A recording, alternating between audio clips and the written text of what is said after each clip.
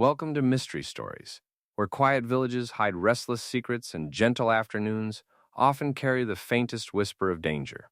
Settle in, pour yourself something warm, and let the shadows unfold at their own unhurried pace. Here, every glance matters, every silence speaks, and even the smallest detail may change everything before night falls. Chapter 1. It was Mrs. Linton who first said, in a voice meant to sound casual, that nothing truly unusual ever happened in St. Aldwyn. She said it while standing at the gate of Rosebank Cottage, her gloved fingers resting lightly upon the latch, her eyes carefully avoiding the small object lying upon the gravel path. The church bell had only just finished its slow morning peal, and there lingered in the air a hush that did not belong to an ordinary Tuesday. Even the sparrows seemed to argue more quietly along the hedgerows. Young Thomas Reed had been the one to spot it. He was scuffing his boots along the edge of the path, kicking at pebbles in the idle manner of boys sent on errands, when the brass caught the light. "It's a key," he announced with the bright importance of discovery. He bent to pick it up, but before his fingers closed around it, Mrs. Linton stepped forward with surprising swiftness. "Best leave that where it is," she said, her tone light but firm. She smoothed Thomas's collar with hands that trembled ever so slightly. "Run along now. Your mother will be waiting." Miss Marple, who had been approaching along the lane with her usual measured steps, observed this small exchange without appearing to do so.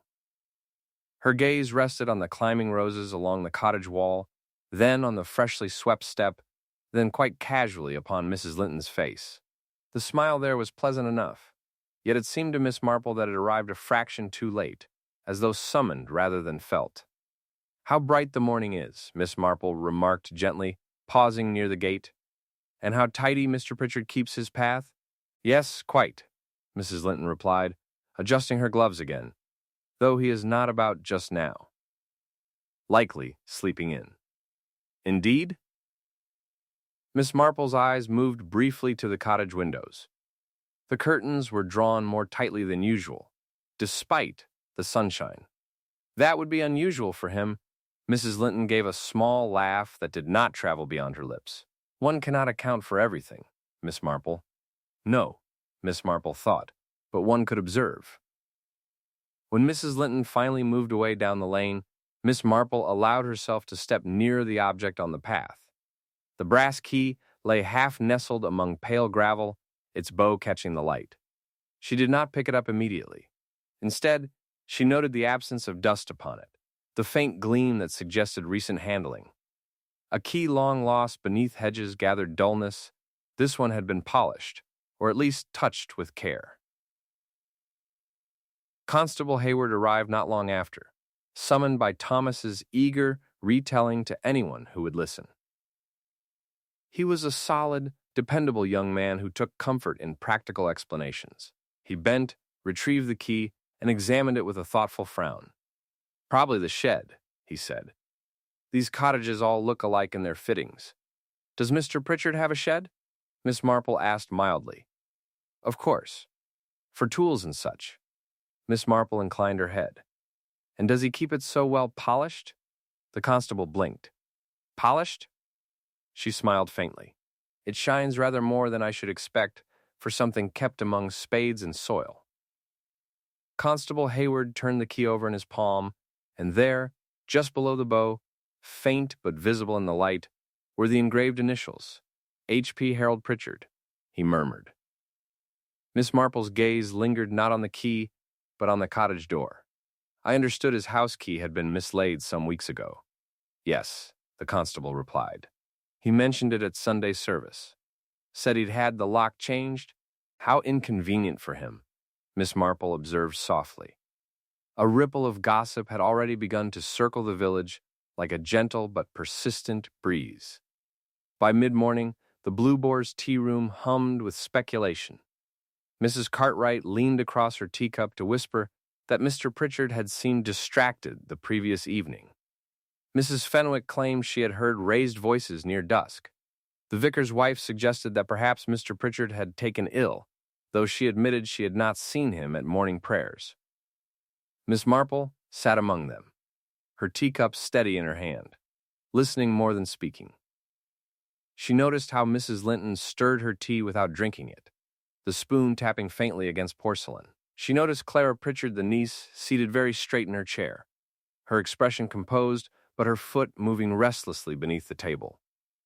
"Uncle Harold does value his privacy," Clara said when asked about his absence. "He often works late in his study." "Does he?" Miss Marple's tone held only gentle curiosity. "And does he commonly keep his back door locked from the inside?" There was a slight pause. Clara's gaze flickered. "I would not know." Mrs. Cartwright leaned closer. "Thomas says he tried the handle this morning. Locked tight, he says. Boys try many handles." Clara replied a little sharply, then caught herself and smiled. Children are curious creatures. Miss Marple sipped her tea. Curiosity, she reflected, was not confined to children.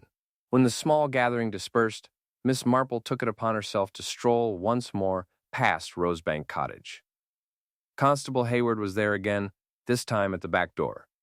It was indeed locked from within. The windows, however, told a subtler story. One of them, slightly ajar, bore the faintest scratch marks near the latch, as though something had been tested, adjusted, perhaps reconsidered. "Odd thing," the constable remarked. No sign of forced entry. Miss Marple leaned lightly upon her umbrella. "And yet the key lies outside?" "Yes, well, if it is his house key, perhaps he dropped it yesterday." "Upon his own path?" she asked gently. "After misplacing it for weeks?" The constable shifted. "Coincidences happen. Of course they do," Miss Marple agreed. Though they often prefer company, he looked at her uncertainly, unsure whether she spoke in jest. Miss Marple merely smiled and turned her gaze to the hedges. They had been trimmed recently, their edges precise. The gravel was evenly spread. Nothing in the arrangement suggested haste or disorder. Yet the key had rested conspicuously near the center of the path, not at its edge where one might accidentally drop it unnoticed. A key does not leap from pocket to gravel by accident, she thought. It chooses its stage. Later that afternoon, Mrs. Fenwick intercepted Miss Marple near the post office. "Such a dreadful business," she whispered, though her eyes shone with interest.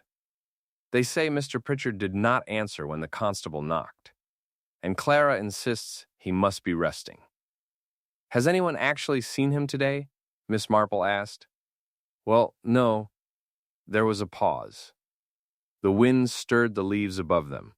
Somewhere a dog barked and then fell silent. Mrs. Fenwick leaned closer. "I did hear voices last night. Around 9:30, I should say. A man's voice, certainly, but I could not make out the words. Did it sound like Mr. Pritchard?"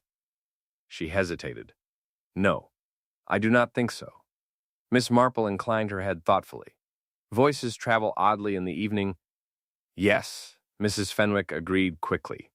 "It may have been nothing." Perhaps, Miss Marple thought.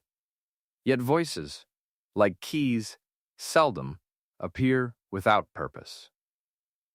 As dusk approached, a small cluster gathered once more outside Rosebank Cottage. The constable had managed entry at last, though he spoke little of what he found within. Only that Mr. Pritchard remained in his study, and that a doctor had been summoned. Miss Marple did not press for details. Instead, she watched Clara as she stood near the gate. The young woman's composure was admirable, yet her gaze drifted repeatedly toward the path where the key had been found. Once, she stepped forward as if to look for it again, then stopped herself. "Is there news?" Mrs. Linton asked in a hushed tone. "Nothing certain," Clara replied.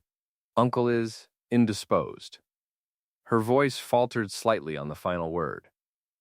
"Not grief," Miss Marple noted, "but calculation, as though measuring the weight of what might follow." When at last the small crowd dispersed, Miss Marple remained for a moment beneath the darkening sky. The cottage windows reflected the fading light, giving nothing away. Yet she felt, with a quiet certainty, that the key upon the garden path had not been a mere accident nor a trivial loss restored. A misplaced key, found too conveniently. A locked door with no sign of entry. Voices in the dusk that did not belong to the household. And smiles that arrived a fraction too late. As she turned toward home, Miss Marple allowed herself the faintest sigh. In villages such as St. Aldwyn, troubles seldom announce themselves loudly. They slipped instead into domestic corners, hid beneath polished brass and neatly trimmed hedges. Why, she wondered gently, would a man lose his house key for weeks, change his lock, and then have that same key appear, gleaming, upon his path on the very morning he failed to answer his door? The evening air felt cooler than it ought to be, and though the church bell would ring again tomorrow as it always had, Miss Marple suspected that St. Aldwyn had already stepped quietly across a threshold from which it could not easily return. Chapter 2. Mrs. Cartwright was the first to whisper that the curtains at Rosebank Cottage had not been opened at all that morning, and she whispered it with the solemn satisfaction of someone who has risen early enough to notice what others miss.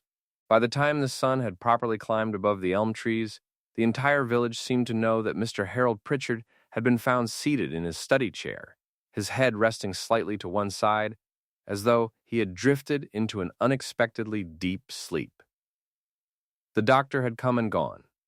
Constable Hayward stood straighter than usual, and the air in St. Aldwyn carried that peculiar stillness which settles when polite society senses something has shifted beneath its feet. Miss Marple received the news with quiet composure.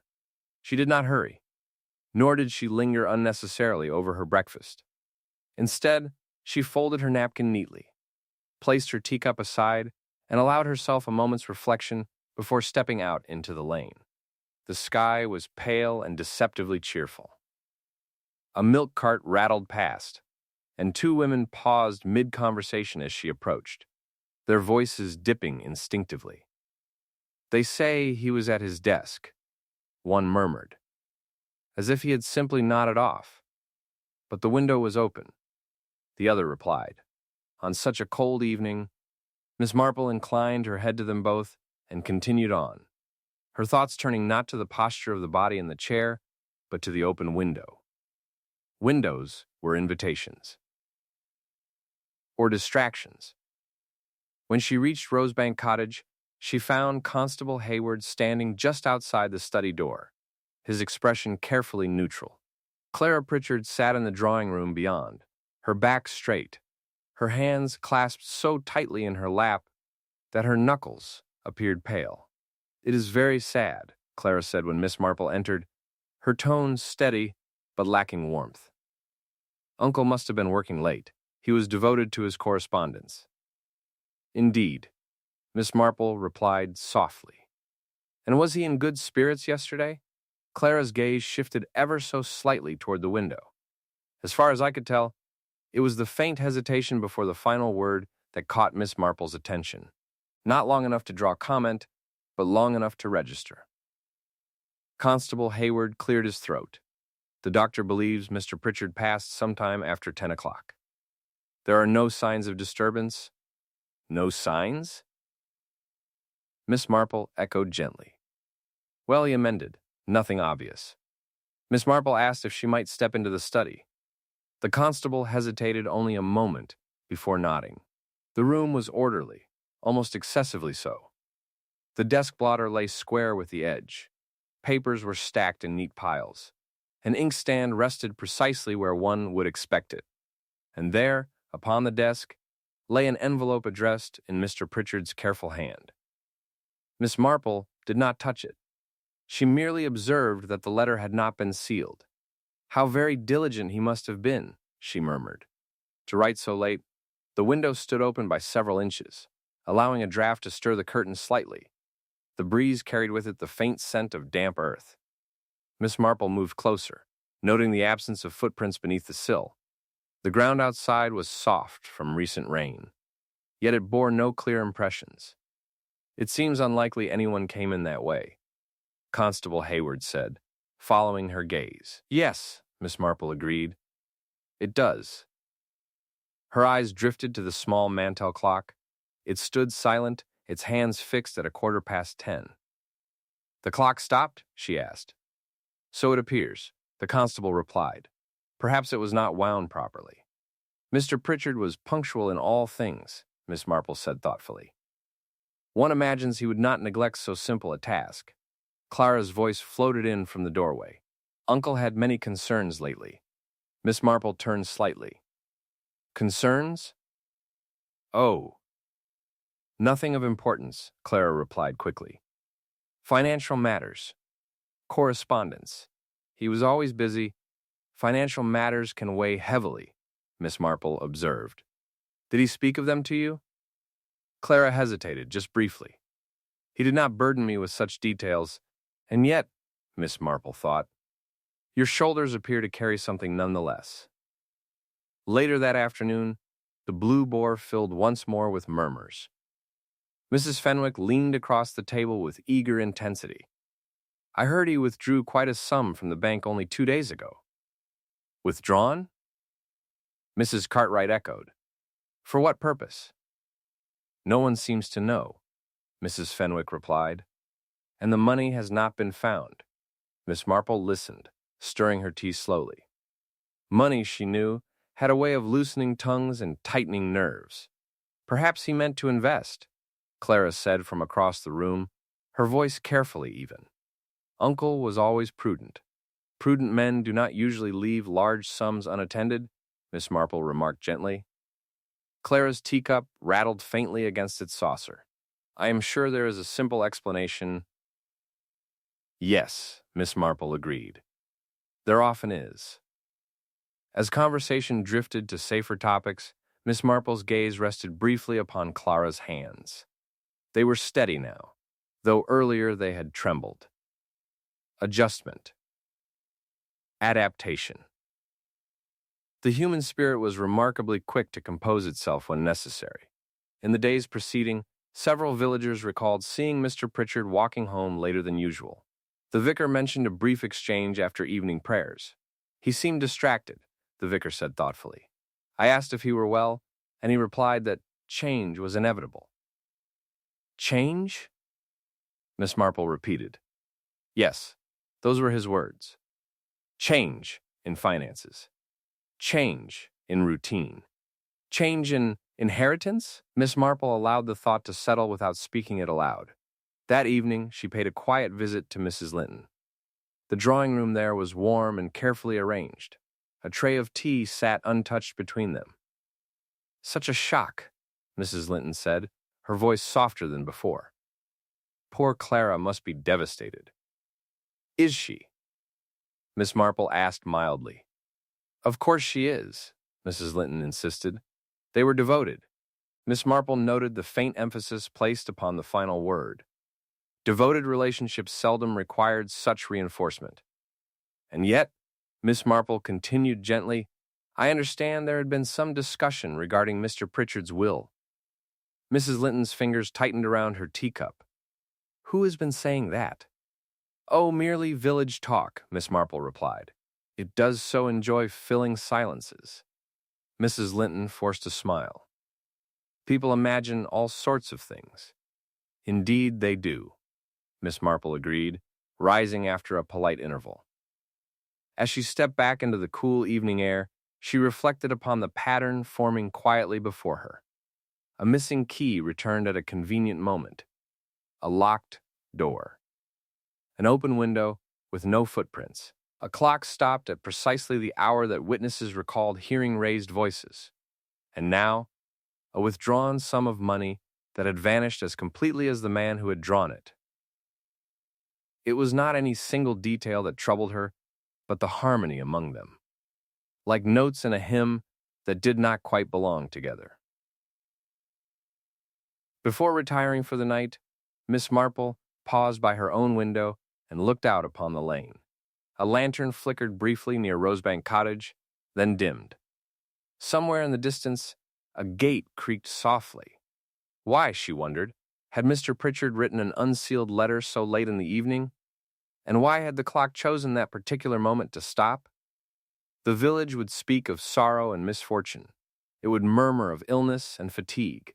But Miss Marple, with her gentle smile and watchful eyes, felt certain that beneath the tidy surface of St. Aldwyn, something far more deliberate had taken place.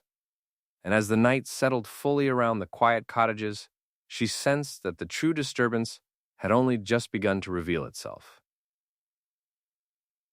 Chapter 3. It was the locksmith who declared, with a touch more pride than discretion, that no lock in St. Aldwyn could outwit him. He said it standing outside the post office, polishing his spectacles with a handkerchief that had seen better days, and though the remark seemed harmless enough, it carried through the village like the faintest crack in porcelain. Miss Marple, who happened to be selecting a book of stamps at that very moment, paused ever so slightly at his words. "No lock, Mr. Dalrymple?" she asked pleasantly. "Not one," he replied with confidence. "I changed Mr. Pritchard's study lock myself last month. Fine, solid mechanism. New key cut fresh. Impossible to mistake it." Miss Marple inclined her head, as though this were a matter of mild curiosity only. How fortunate for him! But as she stepped back into the pale afternoon light, she felt the faint stirring of something rather more than fortune. By then, the official explanation had begun to take shape. Mr. Pritchard had been found in his study, seated calmly, the window slightly open, the clock stopped at 10:15. There were no clear signs of intrusion, and yet the house key, thought lost weeks before, had been discovered gleaming upon the garden path that very morning. Miss Marple walked slowly toward Rosebank Cottage once more, the gravel crunching softly beneath her shoes. The hedges remained immaculate. Too immaculate, perhaps. She bent ever so slightly, examining the earth near the base of the shrubs. The soil was damp from recent rain, yet it bore no clear indentations, no hurried scuffs. Whoever had moved along this path had done so either before the rain or with careful deliberation. Constable Hayward greeted her with a polite nod. He appeared thoughtful, though somewhat perplexed. "Mr. Dalrymple was just here," he said. "Confirms the study lock was replaced. Says the new key has a distinct ridge along the shaft." "A ridge?" Miss Marple repeated softly. "Yes." "A small raised line.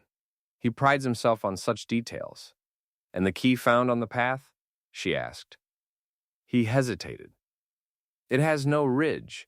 Miss Marple allowed a small silence to settle between them. "Then it cannot be the replacement key?" "No," he admitted. "It must be the old one. The one Mr. Pritchard believed lost, yes, lost keys," Miss Marple reflected, "have curious habits of reappearing precisely when they are no longer useful." She asked gently whether she might see the study again. The constable agreed, perhaps more out of habit than necessity.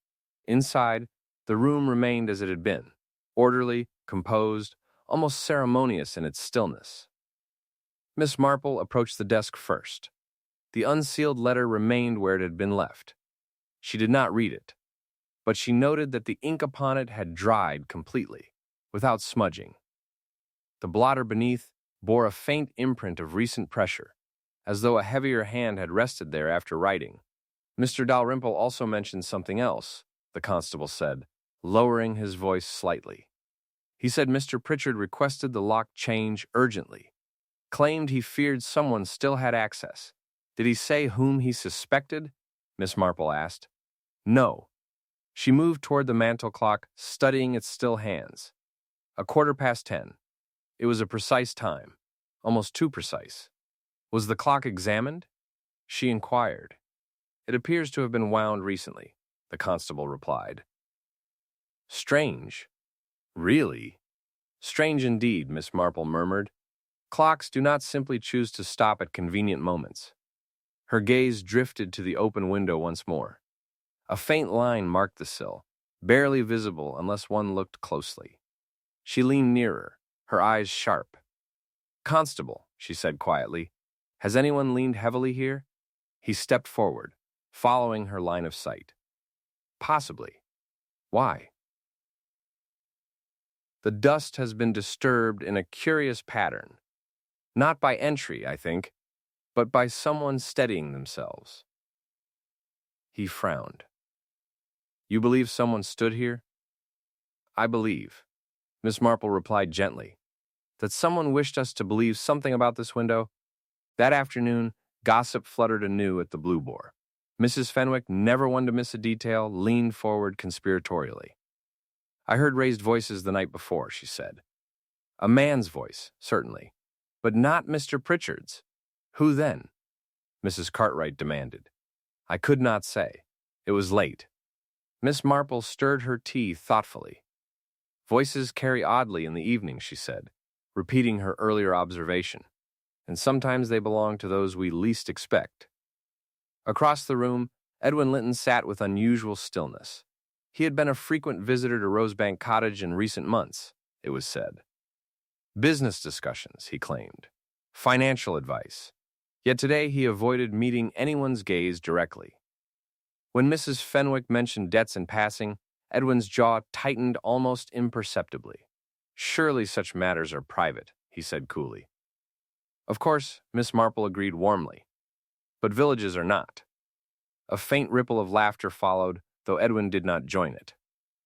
Later, Miss Marple took it upon herself to visit Mrs. Fenwick's garden under the pretext of admiring her late roses.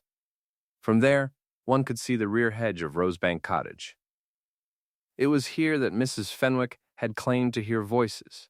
You are certain it was not Mr. Pritchard? Miss Marple asked gently. I am quite certain, Mrs. Fenwick replied. His voice was higher. This was deeper and sharp. Angry, I should say. And what time did you hear this? Just before 10. I recall because the church clock had chimed 3 quarters. 3 quarters. 9:45. Miss Marple felt the smallest shift within her thoughts. The mantel clock in the study had stopped at 10:15, a difference of 30 minutes. Did you see anyone leave? She asked. No, Mrs. Fenwick admitted, though I did notice the curtain move. The curtain? Yes. As though someone brushed past it, Miss Marple thanked her kindly and made her way back toward the lane. The air felt cooler than it had earlier, and the shadows stretched long across the path. A curtain stirred. A clock stopped. A key reappeared. She paused near the cottage gate, her eyes moving slowly from hedge to window to door. If the old key had been retained by someone, it suggested premeditation. If the new lock bore a different key entirely, then the one found upon the gravel had no purpose except display. Constable, she said quietly when she encountered him again near the garden wall, has anyone verified the exact time Mr. Pritchard was last seen alive? The vicar claims he spoke with him at 10:30, the constable replied. Near the churchyard, Miss Marple turned her gaze toward the distant spire. 10:30? Yes, and yet raised voices were heard before 10, and the clock in the study stopped at 15:15. He shifted uneasily. You think the clock was tampered with? I think, she said gently, that time is sometimes persuaded to tell a more convenient story. He stared at her. But why? Miss Marple allowed a small smile. To place someone elsewhere, perhaps. Or to suggest an earlier departure, the constable fell silent. As evening settled once more over St. Aldwyn, the village lamps flickered to life. Curtains were drawn, doors secured, conversations lowered. Yet beneath the quiet routines, unease crept steadily. Miss Marple stood by her own hearth that night, reflecting upon the day's revelations. The old key had not opened the new lock. The window had likely not admitted any intruder. The clock's silence felt arranged rather than accidental. And voices raised before 10 clashed with the vicar's memory of 10:30. Memory, she knew, was a fragile instrument. It could be nudged, even gently, into error. But someone had taken care. Care to polish brass, care to wind clocks, care to open windows and disturb dust without leaving footprints.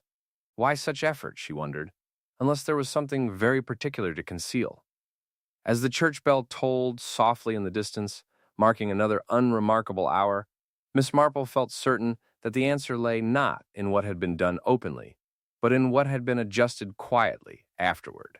And somewhere within the polite faces of St. Aldwyn, she sensed that the person who had persuaded time itself to pause at 10:15 was beginning to believe their performance complete. Miss Marple, however, was only just beginning to listen. Chapter 4. It was Mrs. Hughes at the bakery who first mentioned, in a tone halfway between pity and satisfaction, that debts have a way of making honest men look over their shoulders. She said it while weighing flour, her voice lowered just enough to invite interest, but not rebuke. By the time Miss Marple stepped into the warm, yeast-scented shop, the remark had already settled like a thin layer of dust over Edwin Linton's good name. Such a shame about Mr. Pritchard, Mrs. Hughes continued, passing a loaf across the counter. He was always so helpful.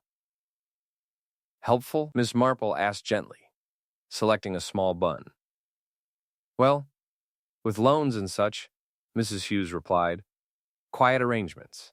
Not everyone can keep a business afloat without assistance. There it was again, that careful pause before the truth. Miss Marple paid for her purchase and turned slightly as Edwin Linton himself entered the shop. He removed his hat, offered a polite nod, and requested 2 rolls in a voice that was entirely steady. Yet there was something in the way he avoided looking directly at Mrs. Hughes that caught Miss Marple's attention. His collar was impeccably pressed, his coat brushed clean, but near the cuff of his right sleeve, a faint smudge of dark ink marked the fabric. Busy morning, Mr. Linton? Miss Marple asked pleasantly. Very, he replied. One must carry on, after all. Of course, she said. Routine is such a comfort in uncertain times. His mouth tightened almost imperceptibly at the word uncertain. As he left, Mrs. Hughes leaned closer. He was at Rosebank just the day before, she whispered. Late in the afternoon. I saw him pass. Did you indeed? Miss Marple's tone remained mild. Yes, and they say Mr. Pritchard had withdrawn quite a sum from the bank 2 days prior. Strange coincidence, don't you think? Miss Marple smiled faintly. Coincidences often travel in pairs. Outside, the sky hung low and gray, as though considering rain. Miss Marple walked slowly toward the Lintons' residence, her mind moving gently through the threads now emerging. Money withdrawn. Money missing. A debtor recently in need. And a clock stopped to suggest a later hour. Mrs. Linton received her with elaborate warmth.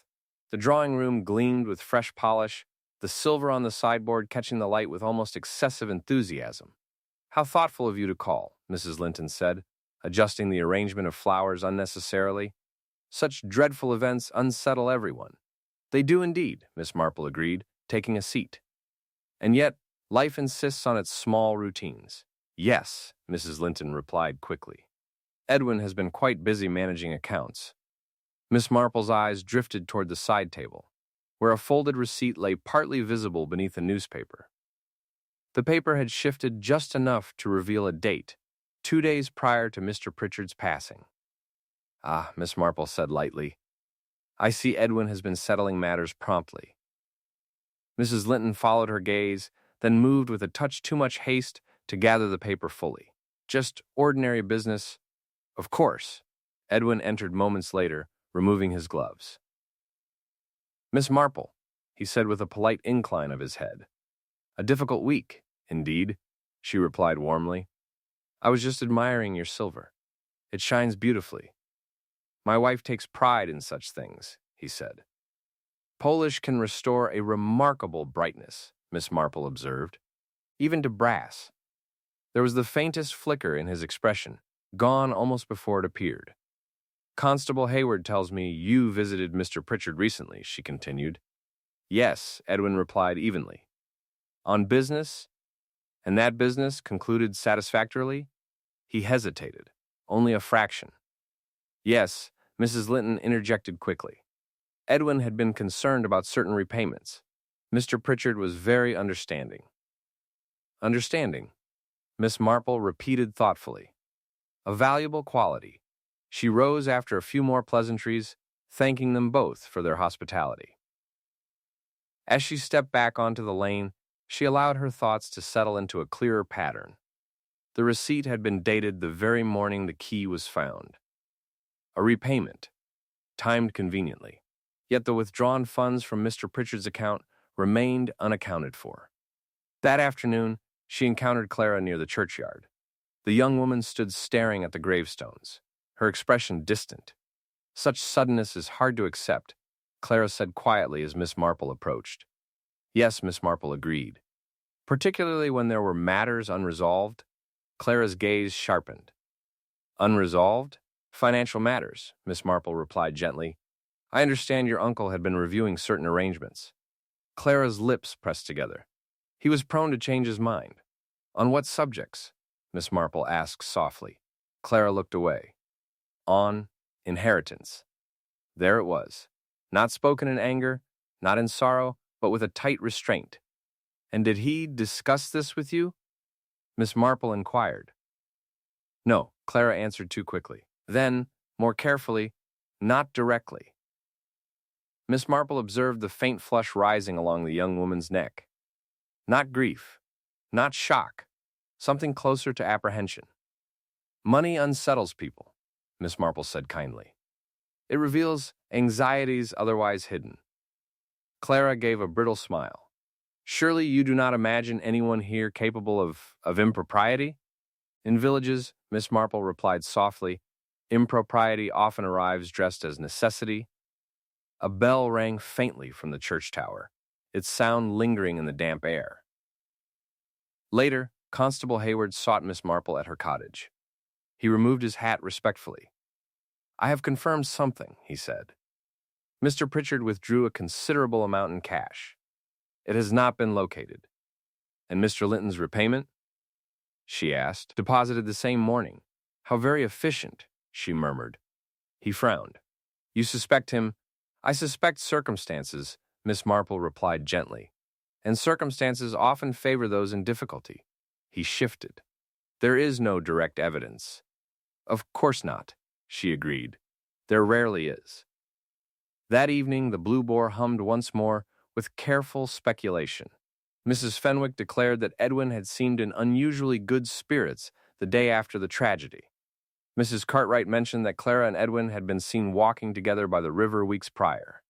Friendship, someone insisted. Or more, another whispered.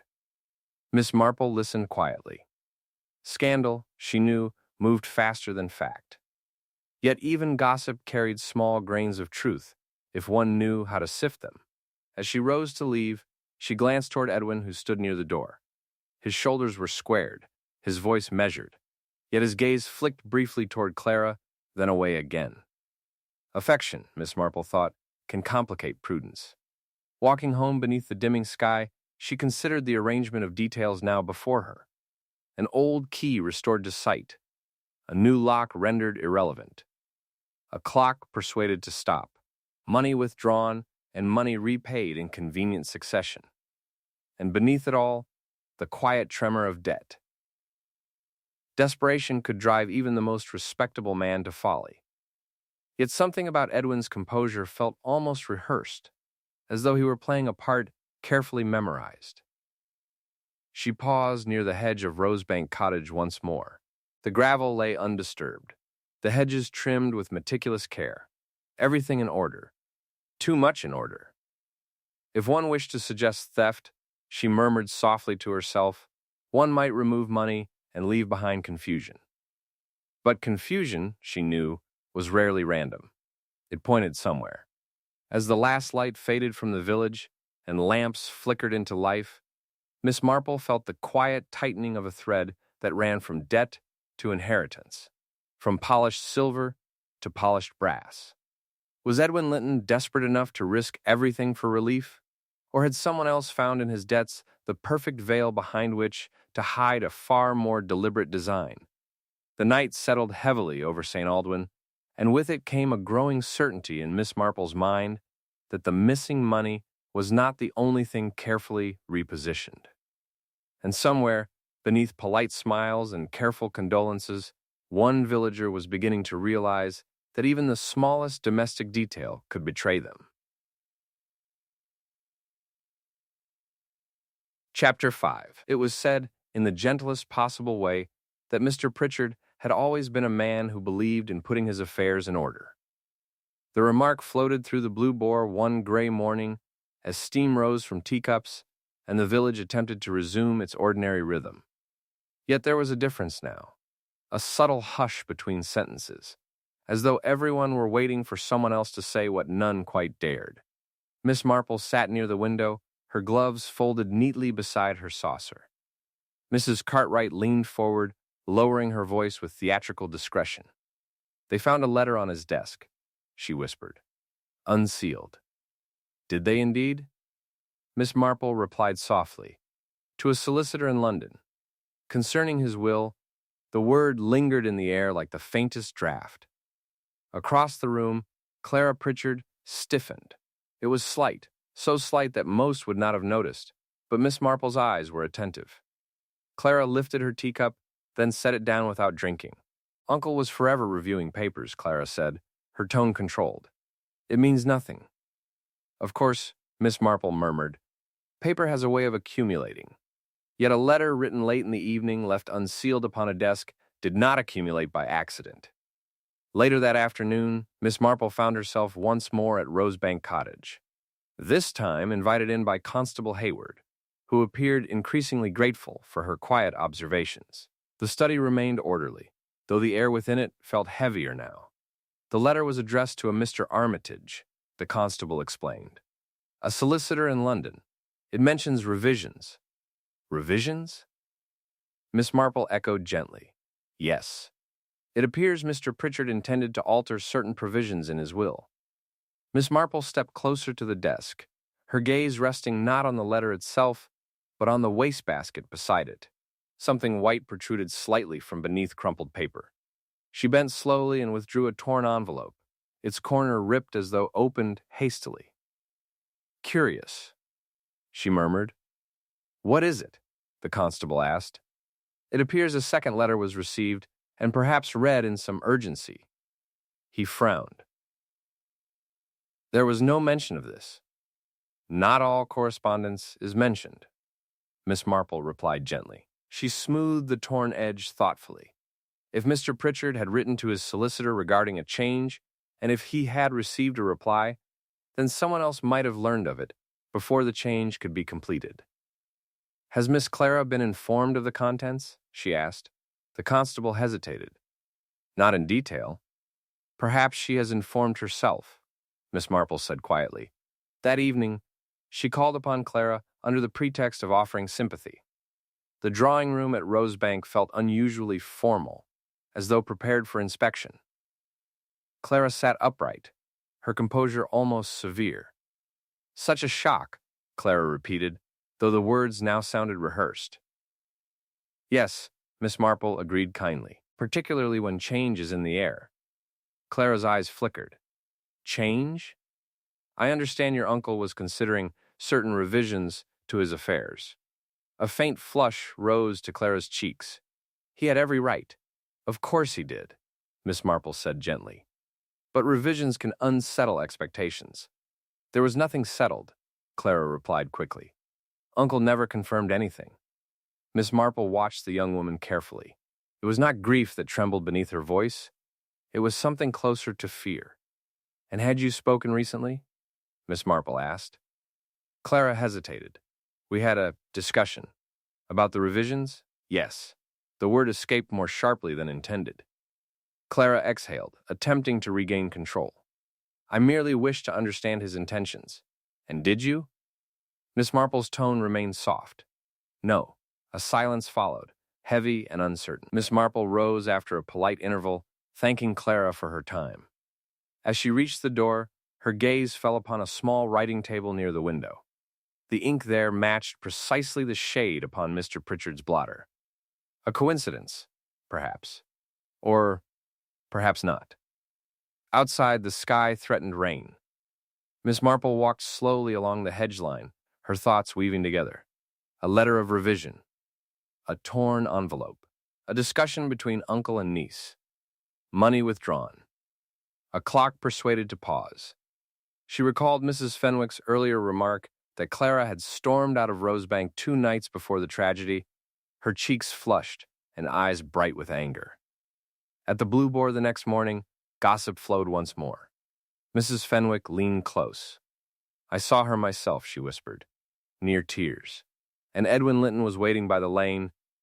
"Waiting?" Miss Marple repeated gently. "Yes." They spoke in low voices. Across the room, Edwin's chair scraped faintly against the floor. He rose, adjusted his coat, and left without finishing his tea. Miss Marple observed the slight stiffness in his shoulders. Guilt, she knew, could express itself in many forms: anger, defensiveness, excessive calm. She finished her tea slowly, allowing the murmur of conversation to settle around her like a familiar shawl. Domestic life carried on, bread baked, letters delivered, hedges trimmed. Yet beneath it all lay a current of unease. That afternoon, she encountered the gardener, Mr. Reed, near the gate of Rosebank. He removed his cap respectfully. "Hard times," he said. "Yes," Miss Marple replied. "You were in the garden the evening before?" "I was, miss. Left around 6. And did you notice anything unusual?" He hesitated. "Only that Miss Clara seemed upset earlier that week. Raised voices carry." "Indeed they do," Miss Marple murmured. "And Mr. Linton called by that afternoon. They were in the study together." The study, the very room where the unsealed letter had rested. "Did you see them leave?" she asked. "No, miss." Miss Marple thanked him kindly and continued on her way. Each small detail settled into place like a piece of delicate china. A confrontation over inheritance, a letter threatening change, a debtor entangled in affection, and money withdrawn shortly before. But something still resisted simplicity. If Clara had known of the revisions, why had the letter remained unsealed? Why leave it upon the desk rather than destroy it? Unless, Miss Marple thought quietly, the letter had been meant to be seen. That evening, as rain began to fall softly against the cottage windows, Miss Marple sat by her hearth reflecting. The torn envelope suggested urgency. Someone had opened correspondence not meant for them. Someone had learned of a change that threatened expectation. Desperation can sharpen the mind, she reflected. It can also cloud it. If Clara believed her inheritance at risk, and if Edwin's financial difficulties pressed heavily upon them both, then fear might have guided actions otherwise unthinkable. Yet fear alone did not account for the polished key lying so neatly upon the path, nor for the careful adjustment of time within the study. There was calculation here, not mere impulse. As the rain deepened and the church bell tolled faintly in the distance, Miss Marple felt certain that the letter on the desk had not been forgotten by accident. It had been left deliberately, like a stage prop awaiting discovery. But by whom? Was it Clara, fearing loss? Edwin, fearing ruin? Or someone else entirely, who understood that a change in a will could rearrange more than fortunes? Miss Marple folded her hands in quiet contemplation. In villages such as St. Aldwyn, inheritance was never merely about money. It was about position, pride, and expectation carefully cultivated over years. And as the rain washed the gravel path clean once more, she could not help but wonder whether the true intention behind that unsealed letter had been to protect a fortune, or to conceal a betrayal far more personal. For somewhere within the delicate balance of affection, debt, and entitlement, Miss Marple sensed the steady pulse of a motive not yet fully revealed. And until she understood who had most to gain from a will rewritten too late, the quiet shadow over St. Aldwyn would only grow longer. Chapter 6. It was the postman who mentioned, quite casually and without any sense of drama, that he distinctly remembered delivering a parcel to Rosebank Cottage at precisely 9:45 on the night in question. He said it while standing near the church gate, tapping his satchel thoughtfully as though the detail had only just occurred to him. Yet the moment the words left his mouth, Miss Marple felt something settle into place within her mind. "A parcel?" she asked mildly. "How very punctual of you to recall the time." "I always check the church clock as I pass," he replied with quiet pride. 9:45 exactly. The curtain in the study moved as I walked up the path. I assumed Mr. Pritchard had seen me. The curtain moved? Miss Marple repeated softly. Yes, miss, just slightly. A shadow behind it, I should say. She inclined her head. And did Mr. Pritchard answer the door himself? No. The parcel was left on the step. I had other calls to make. Miss Marple thanked him kindly and continued her slow walk down the lane. 9:45. A shadow behind the curtain. Raised voices heard before 10. And yet the clock in the study had stopped at 1/4 past. Time, she thought, had been adjusted like a piece of furniture, moved a few inches to improve a room's appearance. By afternoon, the village had resumed its familiar pattern of errands and quiet exchanges. Yet beneath the rhythm lay tension, as though each conversation tiptoed around something unspoken. At the Blue Boar, Mrs. Fenwick leaned forward once more. I cannot help feeling, she said in a lowered tone, that there was someone else in that house. Someone else? Mrs. Cartwright echoed eagerly. Well, the postman saw a shadow. Miss Marple stirred her tea thoughtfully. Shadows are curious things, she said gently. They often depend upon the angle of light. Across the room, Clara Pritchard sat very still. She did not join the discussion, though her fingers traced the rim of her teacup in small, repetitive motions. Edwin Linton, seated nearby, avoided her gaze entirely. It was that avoidance which caught Miss Marple's attention most keenly. Later that day, she took a slow stroll toward the rear of Rosebank Cottage, where the hedges bordered Mrs. Fenwick's garden. The soil there remained soft from earlier rain. She examined the ground carefully, noting the absence of clear impressions near the window. If someone had entered, she murmured quietly to herself, there would be some sign. Instead, the earth lay undisturbed. She moved closer to the window, studying the latch and frame. There, faint but visible, was a thin scratch along the paint, fresh, not yet dulled by weather. It suggested not force, but testing, as though someone had opened and closed it more than once. Practicing, she whispered.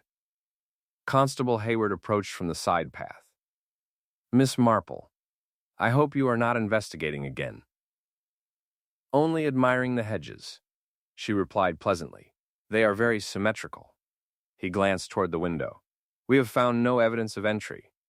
I should think not, she said softly. He frowned. You believe the window was merely for appearance? She smiled gently. One must always consider appearances. He shifted uneasily. There is something else. The gardener mentioned that an older spare key once existed. It had been kept in a drawer. Indeed? Miss Marple's eyes sharpened slightly. Yes. Supposedly returned when the lock was changed. Supposedly, she repeated. The constable nodded. We cannot locate it. Miss Marple let a brief silence linger. 2 old keys, perhaps.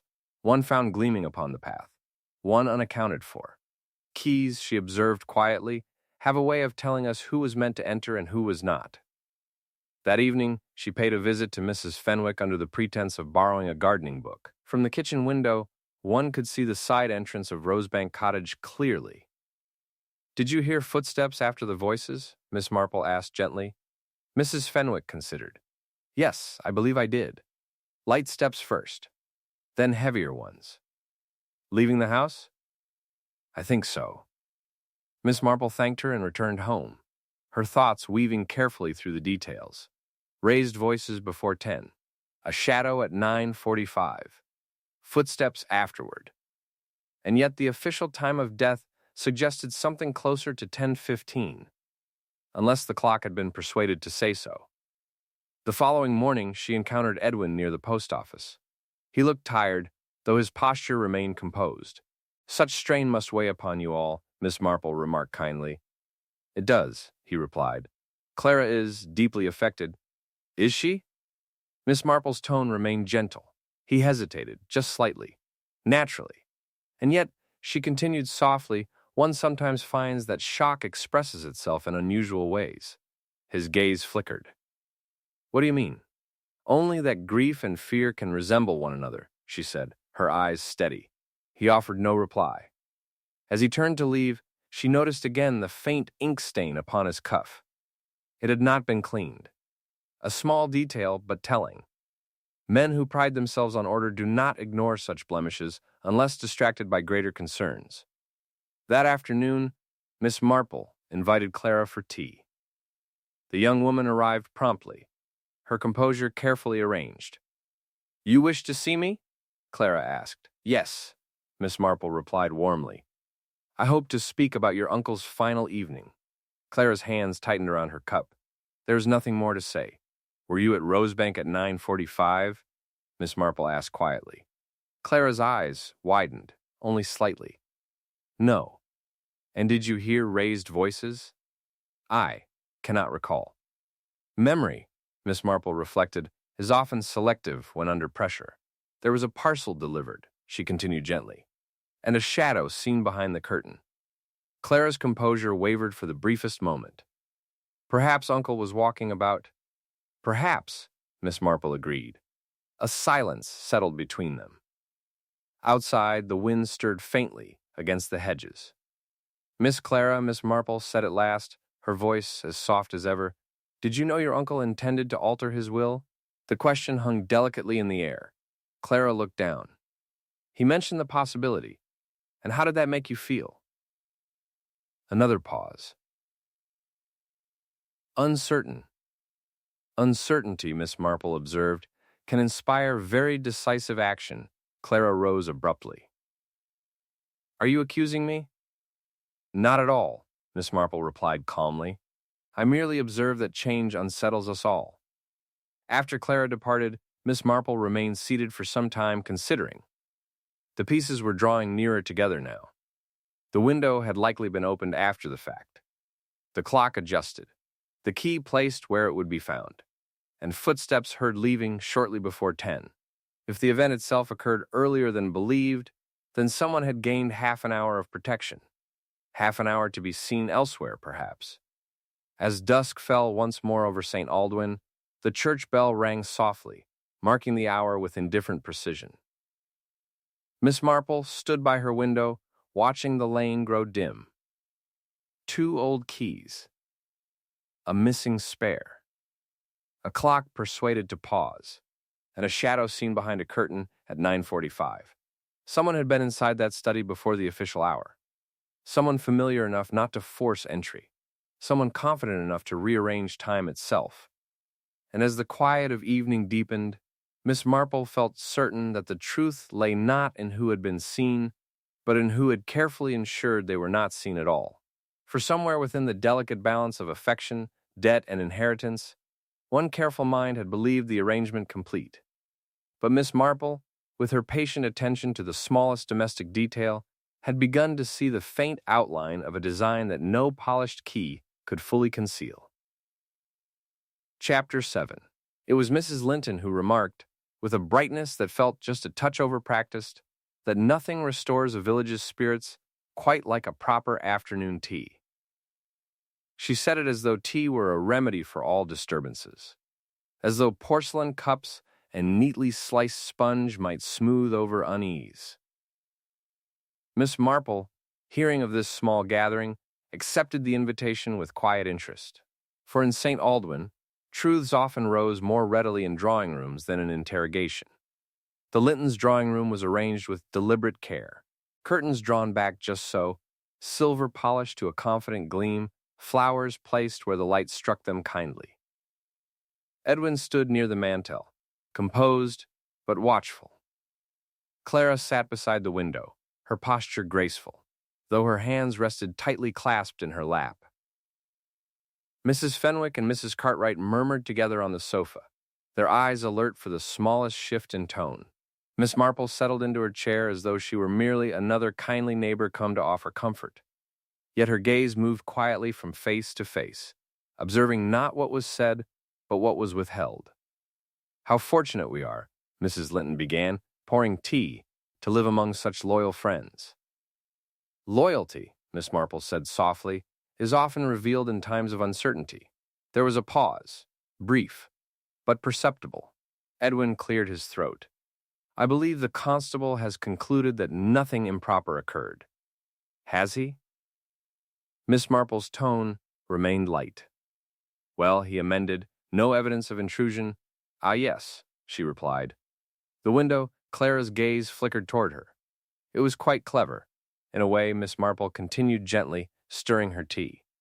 To open a window after the fact. To suggest a visitor who never came. Mrs. Fenwick leaned forward. After the fact? Miss Marple smiled faintly. One notices that the earth beneath the sill remained undisturbed. And yet the latch bore fresh scratches. It suggests rehearsal, rather than entry. Edwin's shoulders stiffened, though he said nothing. And then there was the clock. Miss Marple went on, her voice almost conversational. Such a punctual thing, that clock.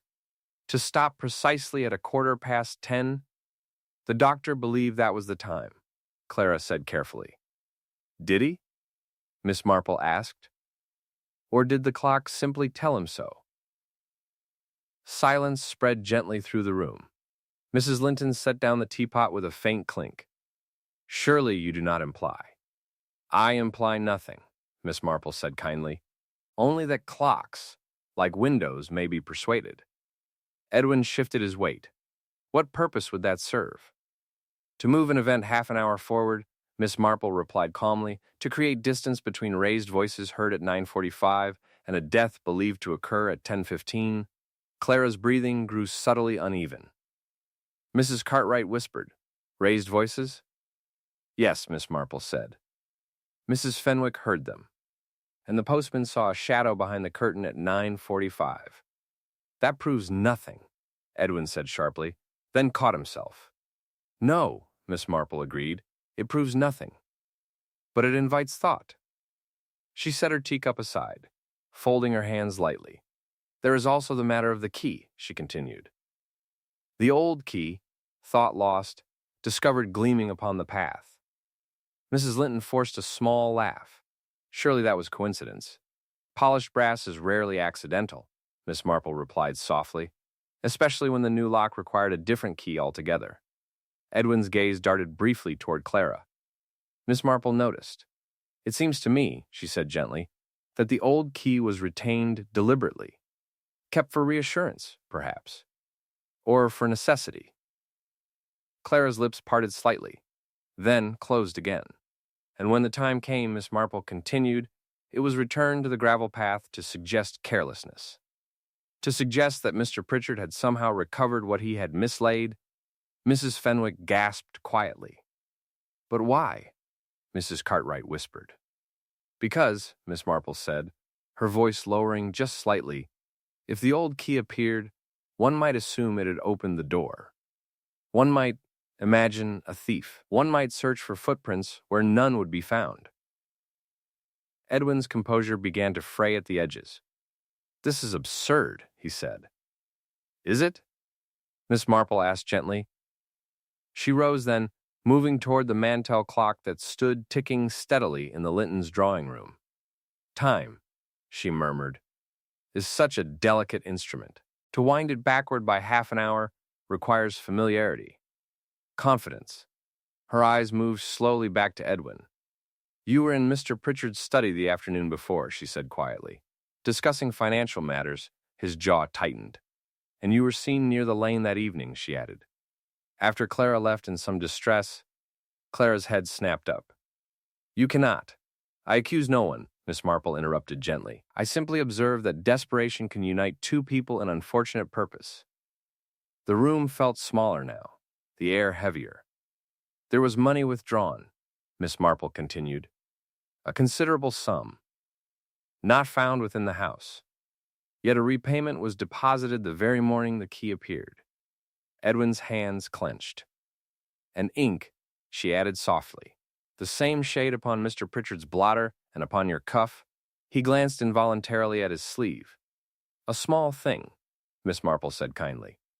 But small things often matter most. Clara rose abruptly, her composure cracking. This is cruel. No, Miss Marple replied, her voice warm but steady. Cruelty lies elsewhere. Silence descended fully now. It seems to me, she said, that a conversation occurred earlier than believed. That fear of a revised will, of an inheritance lost, sparked urgency. That money withdrawn became both temptation and solution. And that in the aftermath, a careful arrangement was made. Mrs. Linton sank slowly into her chair. The window opened. The clock adjusted. The key returned. And half an hour borrowed from time itself, Edwin's voice, when it came, was barely controlled. "You have no proof." Miss Marple regarded him with gentle clarity. Proof is often the last thing to arrive. But truth reveals itself in posture, in timing, in the smallest domestic oversight. Her gaze shifted once more to Clara. "You loved him," she said softly, "but you feared losing security. And fear, when shared, can become very persuasive."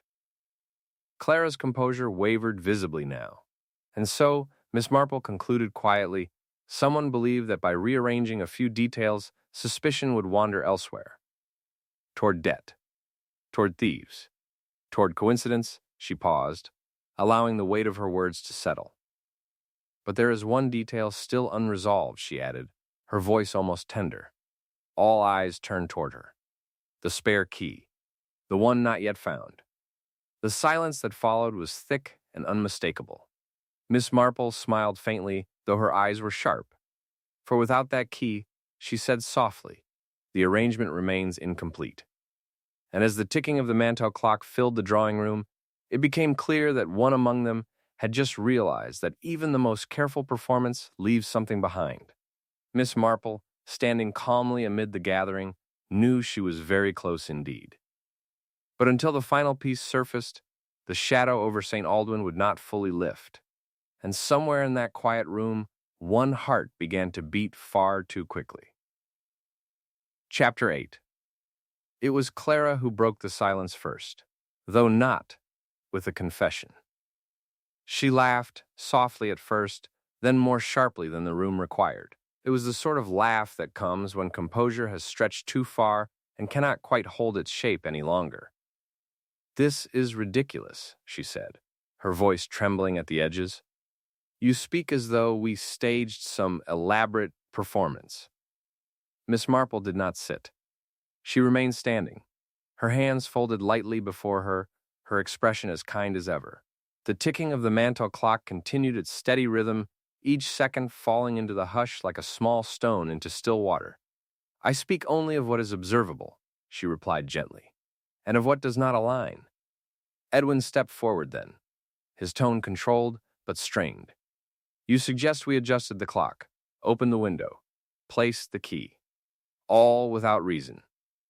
"On the contrary," Miss Marple said softly, "with very clear reason." Mrs. Linton, pale now, lowered herself fully into her chair. Mrs. Fenwick pressed a hand to her chest. No one reached for their tea. "There are moments," Miss Marple continued, "when fear sharpens the mind into extraordinary clarity. Mr. Pritchard intended to revise his will. The letter on his desk made that plain. The torn envelope in the wastebasket suggested someone had read correspondence not meant for them, and that knowledge arrived before the revision could be finalized." Clara's breathing grew shallow. "You confronted him," Miss Marple said, her voice steady and warm. "Not at 10:15, but earlier, before the church clock struck 10. "That is speculation," Edwin said tightly. "Is it?" Miss Marple asked. Mrs. Fenwick heard raised voices before 10. The postman saw a shadow behind the curtain at 9:45. The earth beneath the window bore no footprints, which means no one entered from outside. She paused, letting that settle. "You were already inside." The words did not echo loudly, yet they seemed to fill the room completely. Clara's hands began to tremble openly now. "I went to speak with him," she said suddenly. "That is all." "Yes," Miss Marple replied gently. "You did." Edwin turned toward her sharply. "Clara." But she did not look at him. "He said he was reconsidering everything," she whispered. "He said he had made mistakes, that I must learn to stand on my own." Miss Marple's eyes softened. "And you felt the ground shift beneath you?" Clara nodded once, helplessly. "There are moments," Miss Marple continued, "when a conversation moves beyond intention. Words sharpen, Pride rises. Fear speaks louder than reason. The room was utterly still now. It was not a planned act, she said quietly. It was a desperate one. The clock on the mantel had just chimed the quarter hour when the argument reached its peak, and in that instant, something irreversible occurred. Clara closed her eyes. The clock was stopped afterward, Miss Marple went on, wound backward, to suggest a later time. Because at 10:30, the vicar had indeed spoken with Mr. Pritchard, though only briefly, at a distance. Enough to establish a memory, but not enough to confirm his state. Constable Hayward, who had entered unnoticed and now stood near the doorway, shifted slightly. You adjusted the time to create uncertainty, Miss Marple said, to stretch the moment. To borrow half an hour of safety, Edwin's composure finally fractured. I only wanted to protect her, he said hoarsely. There it was. Mrs. Linton gasped faintly. You arrived shortly after, Miss Marple continued. She sent word. You saw what had happened, and together you believed you could arrange the scene. Edwin did not deny it. The window was open, she said, to suggest intrusion. The old key, kept all along after the lock was changed, was polished and placed upon the gravel path. To imply carelessness. To imply theft. Clara's shoulders shook now. The withdrawn money, Miss Marple added gently, was meant to appear stolen. Yet it was not. It was hidden, moved quietly into your account under the guise of repayment, a solution to debt and a distraction for suspicion. Edwin lowered his head. It was never meant to go this far, he said, barely audible. No, Miss Marple agreed softly. It rarely is. Silence settled once more, though now it felt different, heavier, yet clearer. You believed, she continued, that by arranging a few details, the village would look outward rather than inward, toward imagined thieves, toward coincidence, toward misfortune. Clara opened her eyes, tears tracing silently down her cheeks. I loved him, she said. I did.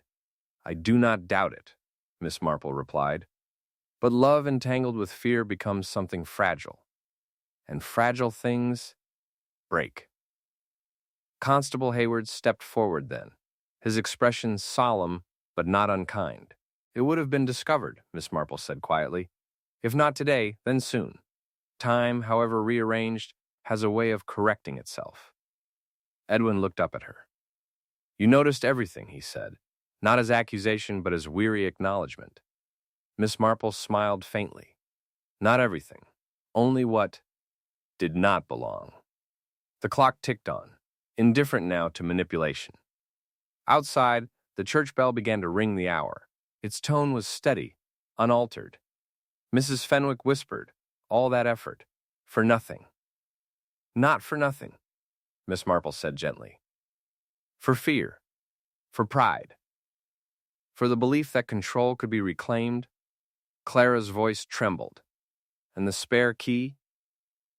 Miss Marple met her gaze calmly. Still in your possession.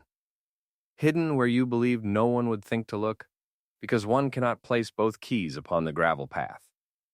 Clara's shoulders sagged. The final resistance dissolved. Constable Hayward approached quietly. As he did, Miss Marple stepped aside, her expression composed but tinged with sadness. There is something the village will struggle with, she said softly. Not the event itself, but the knowledge that it grew from within, not from strangers, but from those seated at their own tables. Edwin reached for Clara's hand. She did not withdraw it. Outside, the light had shifted toward evening. The hedges of St. Aldwyn stood trimmed and orderly as ever.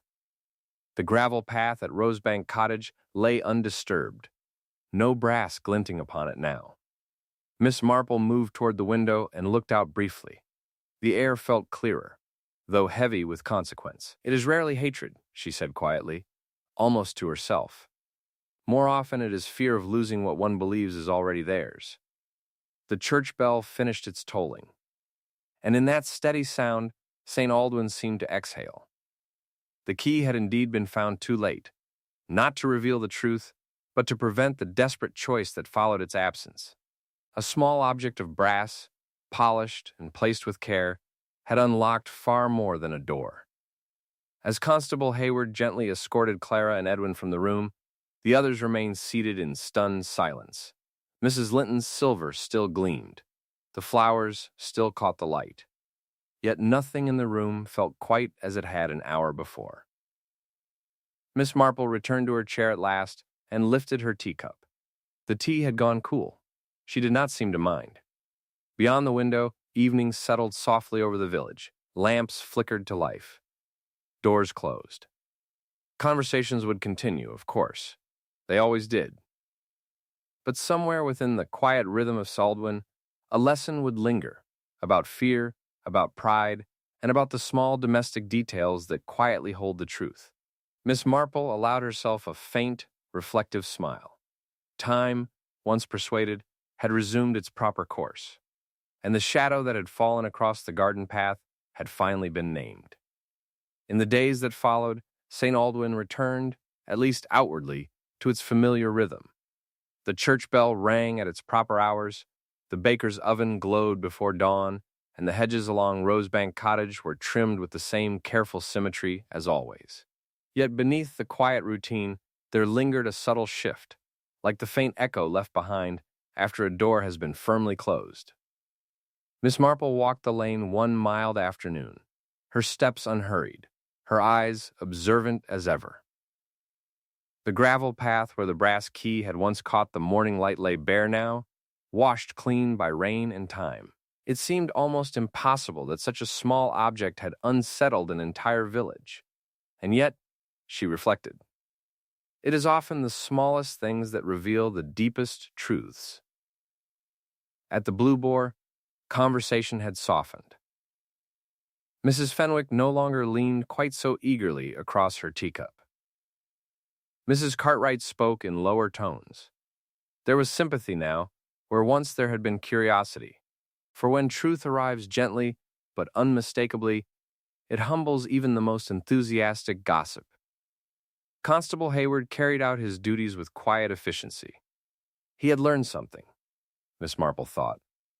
Not merely about evidence, but about patience. About listening to what did not quite fit. He tipped his hat to her as she passed, a gesture that carried unspoken gratitude. Rosebank Cottage stood silent, its curtains drawn back once more to welcome the light. The study window, once open to suggest intrusion, now remained firmly closed. Time had resumed its proper measure within those walls. No clock stood halted, no latch bore fresh scratches. Order had been restored, but it was a different kind of order, shaped by consequence. Miss Marple paused by the churchyard gate and looked toward the horizon where the fields stretched in gentle folds of green. She felt no triumph, only a quiet understanding. Fear, she knew, was a powerful current. It could persuade sensible people to make choices they would never otherwise consider. It could turn love into urgency, urgency into misjudgment. Clara and Edwin would face their future now with clearer sight, though not without hardship. The village would remember. Villages always do. But memory, like time, softens at the edges. In months to come, the talk would fade into murmurs, then into lessons quietly absorbed. As for Miss Marple, she returned to her cottage and prepared her tea with steady hands. She sat by her window, watching the evening settle over St. Aldwyn, content in the knowledge that truth, however delicately concealed, has a way of finding its voice. Outside, the church bell rang once more, clear, steady, unaltered. And in that simple sound, the village moved forward.